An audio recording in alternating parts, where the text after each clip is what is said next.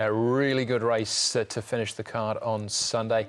Final event, race number 10, is a Class 2. It's over the 1,200 metres, headed by Magic Legend. Down in class, down in tricks. Shamal's got loads of speed from Barra. He'll roll forward. Calculation will go forward as well. Jumbo Luck was a big gamble over the 1,000 metres last time out. Wishful Thinker, a big winner.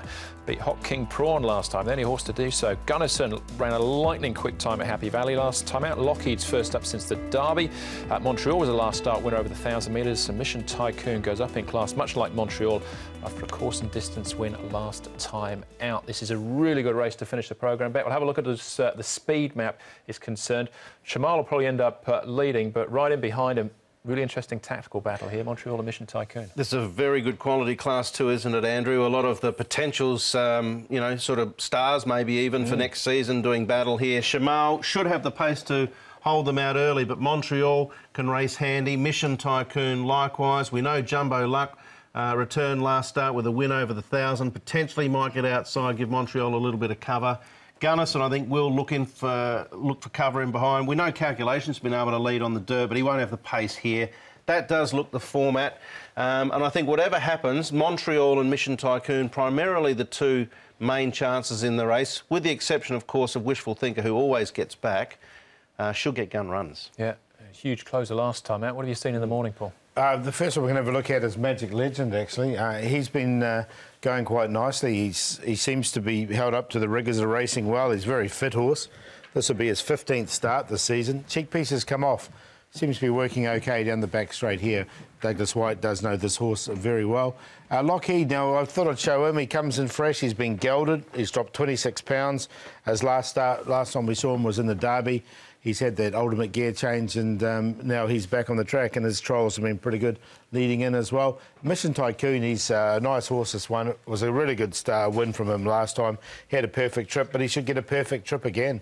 And I think he's improved since his last run, so he's definitely a progressive horse. All right, he is our favourite at this stage. We'll come back to him in a second. Let's start off, though, with Montreal. Last start winner and jockey, Zach Purton. Montreal's up in class, around a bend for the first time here in Hong Kong. What do you make of his chances? Yeah, I think he'll be well suited around a bend. He's got good gate speed. He can put himself right up there. It would just give him a chance to relax a little bit around the circle, and you know, hopefully he can give us a good kick. He's obviously a nice horse, but he's in a very strong race. There are a number of very talented horses here. It's going to be a good contest. Casper Fownes's trainer said after his last win that he's a triple figures horse. Do you share that sort of optimism about his future? Yeah, he's not far off that rating now, so I can clearly see him getting to a mark like that.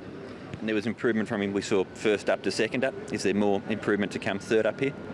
Yeah, we didn't have much of a prep going into his first up run. Casper got into the races very quickly and only off 1.5 mile trial. He's now had a couple of runs. He's had a bit more work in between, so you'd assume he's going to continue to improve as he goes. He's a big barrel-y horse. That looks like the further he gets into his prep, the better he'll get. So let's hope that's the case. We won over 1,200 metres in Sydney at Randwick, so again, the turn shouldn't be a major concern. No, often, you know, when they win over the 1,000, you can think maybe they're better suited down the straight course, but he had experience, as you say, around the turns in Sydney before coming, so it might even be a positive for him stretching up to 1,200. Yeah, he just wants to keep out of that speed battle, because I can see a lot of pace in this race, so I think that's the key for him, just to sit off it. I think Zach and Joe could be sort of, you know, bouncing alongside of each other in the run here. All right, well, let's have a look at Wishful Thinker, because Zach was on the horse that was beaten here. It's Hot King Prawn who tasted defeat for the first time. This was a huge effort, a huge run from Wishful Thinker. Yeah, we've all had time for him this season. He's got a great endeavour, this guy. He loves to race. You can see, have a look how long he's held up for a run here. Still looking, still searching. He finally gets into the clear here, Karis Teeton, and when he pushes him, he explodes, and he sort of loses his action a little bit momentarily. If you watch the head-on, he's all over the place. He's not actually running in a straight line. What an amazing turn of foot that was. Very serious animal. He's going to have to cut down some pretty smart ones again to do it. Who's to say he can't, though? That was super. Yeah, I found a place for him. I thought it was a really good run from him. And as you said, he was held up for that long period. The faster, the better for him, obviously. All right, Jumbo Luck was in that race. He was in this one as well, 1,000 metres, over the top of them. Yeah, another really good run from this horse as well. It just shows how open this race is, and it was a great run here from a jumbo like Jack Wong. Sticks aboard. He did hit the line very strongly and won with plenty in hand. Just to see how he goes up to 1200. He's bled, he's had a hard irregularity. Michoi rolled the dice there. No trial over the course and distance, no start over the course and distance, and he was able to win.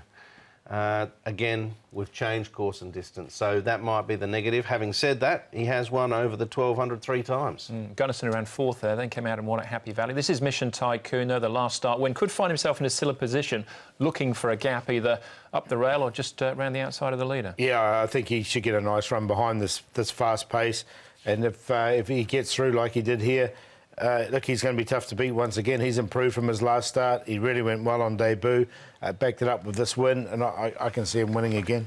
Yep, same. The horse that ran second, Solar Patch, very impressive at his next start. So Montreal and Mission Tycoon, they look the two sort of younger horses with light weights that look like they're going to improve again at their next outing. All right, is this the Quinella, Paul? Yeah, look, I've split the Quinella with Summer Passage because he trialled really well leading into this, into his last start, and he had a little bit of an excuse. So I've gone 14, 7, 12 and 5. I think 7's massive overs here at 60 to 1, so I'll be looking at backing him each way in a really good race. There's three really nice horses here. I've gone Mission Tycoon, Montreal, Wishful Thinker. I love the way Wishful Thinker races. He's such an exciting animal. He's going to give away a bit of a start, but I'd love to see him overhaul them. Lockheed's the interesting runner. First up, fresh, had been gelded, as Paul said. He's talented. Keep your eye on him, 14, 12, 5, 8. All right, Montreal, Mission Tycoon for me. So we head into the stats for the weekend programme. And Tony Cruz, well, 4 winners last weekend. The 2 feature races overall for the season, 26%, but his first three rate for May is at 40. He's flying in the old Tony Cruz at the moment, going well. Now he's got Beauty Only, the Golden Age and Romantic Touch, all in that the big race. I've focused on Beauty Only because he's the 1600 metre specialist. All right, that's in the Lion Rock Trophy. Best bets, Paul? Yep, I'm going to go with Strathspey. I think he could get a really nice run from barrier 1. He won't get as far back as he was last time.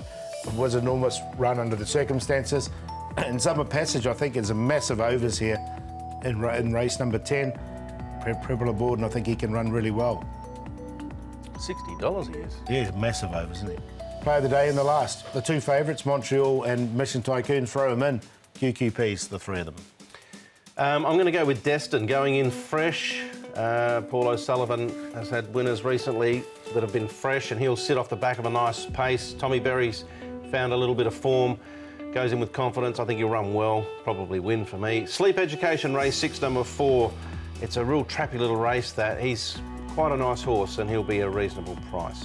And then Go Beauty Go is the horse to beat in that race 6, with Sleep Education and Amazing Agility, who both have sort of average form lines behind them, but I think they will run well in this type of race.